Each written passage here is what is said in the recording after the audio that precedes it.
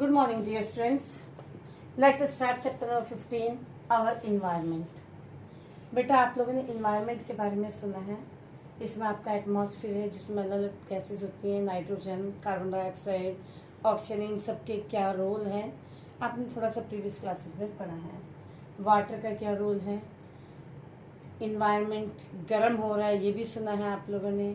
उसके बाद human activities कौन कौन सी हैं जो इस इन्वायरमेंट को अफेक्ट कर रही हैं, इस चैप्टर में ये पढ़ोगे. उसके बाद थोड़ा सा आपको ये बताया जाएगा कि ऑटोट्रॉफ, हेटेरोट्रॉफ क्या होते हैं, फूड चेन क्या होती है, ओजोन लेयर क्या है, कैसे बनती है, किसका रोल है उसको डिस्ट्रॉय करने में, गवर्नमेंट की क्या क्या रोल है इसको ठीक करने में, कौन कौन से स्टेप्स लिए हैं गवर्नमेंट ने. तो इस तरह के क्वेश्चंस आपके इस चैप्टर में आएंगे. तो दो टाइप की सब्सटेंसेस होते हैं बेटा, बायोडिग्रेडेबल एंड नॉन बायोडिग्रेडेबल. आप डेली यूज में देख रहे हो कि कुछ सब्सटेंस ऐसे होते हैं which are decomposed by bacteria. आपके इन्वायरमेंट के अंदर आप देखते हो केले का छिलका अगर आप सॉइल के ऊपर डाल देते हो, केले का छिलका वो कुछ समय के बाद डिकम्पोज हो जाता है, आपको उधर नज़र नहीं आता. तो इसको क्या बोलते हैं, biodegradable substances. Means the substances which are decomposed by microorganisms in the soil are called biodegradable. और अगर आपने पॉलीथीन डाल दिया उसकी जगह, आप एक साल के बाद भी देखोगे तो आपको पॉलीथीन उधर ही नजर आएगा. इट मीन्स पॉलीथीन क्या है, नॉन बायोडिग्रेडेबल सब्सटेंस है. Means it is not decomposed by microorganisms present in the soil. तो इस तरह से ये कुछ सब्सटेंसेस बायोडिग्रेडेबल होते हैं, कुछ नॉन बायोडिग्रेडेबल होते हैं. आप लोगों को कहा भी जाता है कि सेपरेट डस्टबिन लो, जिसमें कि एक में बायोडिग्रेडेबल सब्सटेंस रखो, एक में नॉन बायोडिग्रेडेबल रखो, क्योंकि जो स्क्रैप कलेक्टर वाला आता है वो नॉन बायोडिग्रेडेबल लेकर के चला जाएगा आपके घर से, और बायोडिग्रेडेबल जो है जो स्वीपर आते हैं सुबह से वो आपका लेकर के चले जाएंगे. ठीक है कि नहीं, वो उसको डिकम्पोज करने वाली जगह पर डाल देंगे. अब इकोसिस्टम क्या है, all interacting organisms in an area together with non-living constituents. all interacting organisms जैसे कौन से आगे interacting organisms, जैसे बेटा हम ह्यूमन बींग्स हैं, एनिमल्स हैं, प्लांट्स हैं, हम सब सर्वाइव कर रहे हैं ना, किसके कारण कर रहे हैं, along with non-living constituents. non-living कौन से वे, जैसे एयर है, एयर के बिना हमारा गुजारा नहीं है, वाटर है, सॉइल है, ठीक है, इन चीज़ों के बिना हमारा गुजारा नहीं है.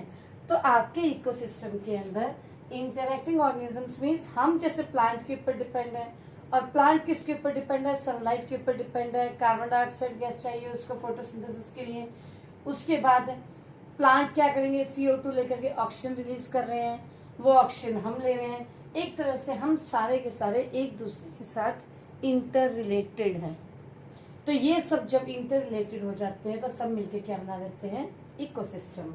तो इकोसिस्टम क्या है, all interacting organisms in an area, किसी एरिया में, together with non living constituents. जिसमें नॉन लिविंग कंस्टिट्यूएंट्स आगे जैसे soil, air, water form an ecosystem. Now it has two components, biotic and abiotic.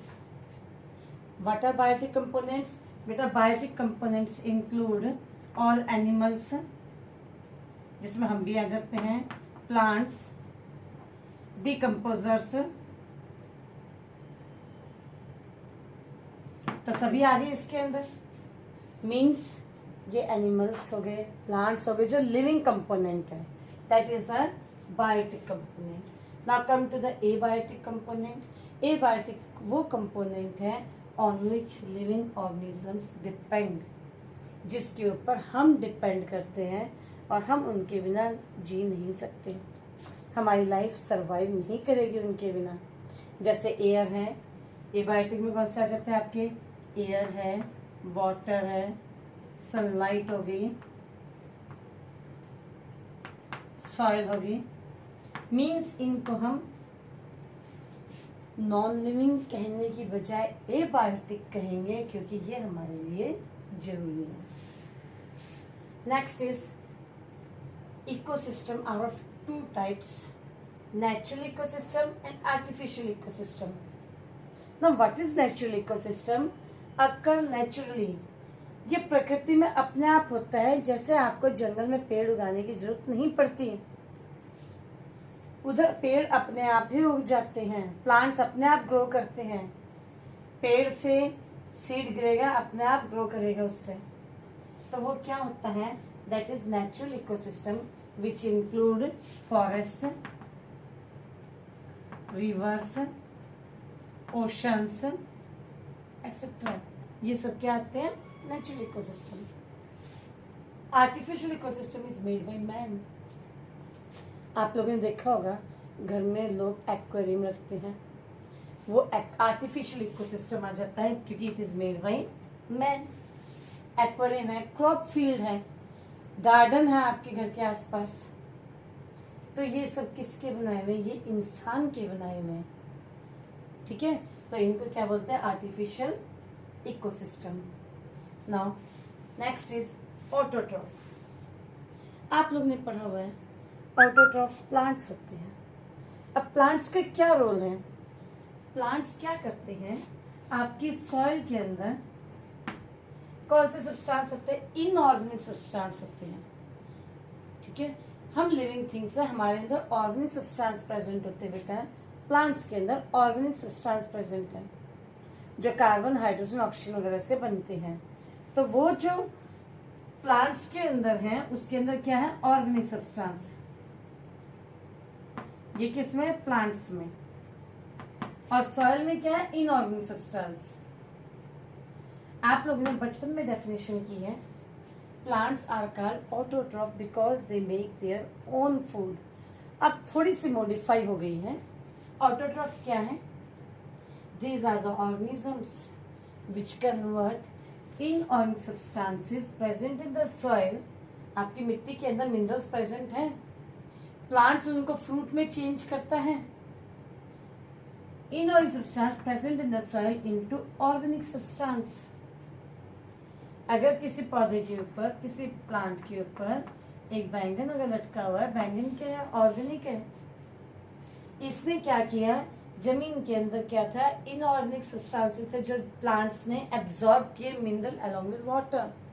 पानी के साथ जो मिनरल एब्जॉर्ब किए उसको किस फॉर्म में चेंज कर दिया, ऑर्गेनिक फॉर्म में चेंज कर दिया।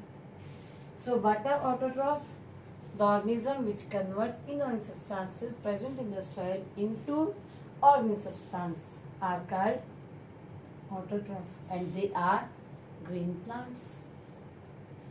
Now next are heterotrophs. What are heterotrophs? The organisms which depend on plant for their food. Heterotroph वो organisms आ जाती हैं जो plants के ऊपर डिपेंड करते हैं। बेटा plants पर हम भी डिपेंड करते हैं, plants पर शेर भी तो डिपेंड करता है। डायरेक्ट नहीं तो इनडायरेक्ट फॉर्म में करता है। लॉयन किसको खाएगा, लॉयन खाएगा डियर को, और डियर किसको खाएगा, प्लांट्स को। तो अब ये देखो ना, डायरेक्टली नहीं तो इनडायरेक्टली तो शेर भी भले ही कार्निवोरस है, but it indirectly depend on grass. Now come to the decomposers. Decomposers मैंने आपको बताया था, these are the micro organisms present in the soil. ये सॉइल के अंदर प्रेजेंट होते हैं। कौन, डिकम्पोजर्स। कई बार कोई एनिमल वगैरह मर जाता है, आपने देखा होगा कहीं डॉग मरा हुआ पड़ा है या प्लांट कोई मरा हुआ पड़ा है, प्लांट खत्म हो जाते हैं, एक टाइम के बाद प्लांट की लाइफ खत्म हो जाती है, वो सूख करके नीचे गिर जाते हैं, पेड़ों से पत्ते नीचे गिरते हैं, इतने चींटी हैं, इतने मच्छर है, रोज मर जाते हैं। तो ये कहाँ जाते हैं, क्या वो एज इट इज सॉइल के अंदर पड़े होते हैं? ऐसा नहीं है। उनमें क्या होता है, उनके ऊपर बैक्टीरिया आ जाते हैं। वो क्या करते हैं, ध्यान से सुनना, वो क्या करते हैं, अब देखो, अब प्लांट्स के अंदर क्या था, ऑर्गेनिक सब्सटेंस था। बैक्टीरिया का क्या काम है, बैक्टीरिया क्या करता है, bacteria is a decomposer. Bacteria क्या है, डिकम्पोजर है, विच कन्वर्ट अब ऑर्गेनिक सब्सटेंसेस, प्लांट से भी ऑर्गेनिक है, हमारे अंदर भी ऑर्गेनिक है, ऑर्गेनिक सब्सटेंसेस इनटू इनऑर्गेनिक, और वो इनऑर्गेनिक सब्सटेंस जमीन के अंदर चला जाता है और सॉइल की फर्टिलिटी को इंक्रीज करता है। तो इस तरीके से ये गोल साइकिल चलती रहती है, जिसे हम बायोजियोकेमिकल साइकिल भी कहते हैं बेटा। पहले मतलब कि बैक्टीरिया ने ऑर्गेनिक को इनऑर्गेनिक में चेंज किया, वो सॉइल के अंदर चला गया, और फिर इस इनऑर्गेनिक को फिर से प्लांट ने एब्जॉर्ब किया सॉइल में से, और उसको फिर से किस में चेंज कर दिया, प्लांट ने ऑर्गेनिक सब्सटेंस में चेंज कर दिया। So this is all about autotroph, heterotroph and decomposers.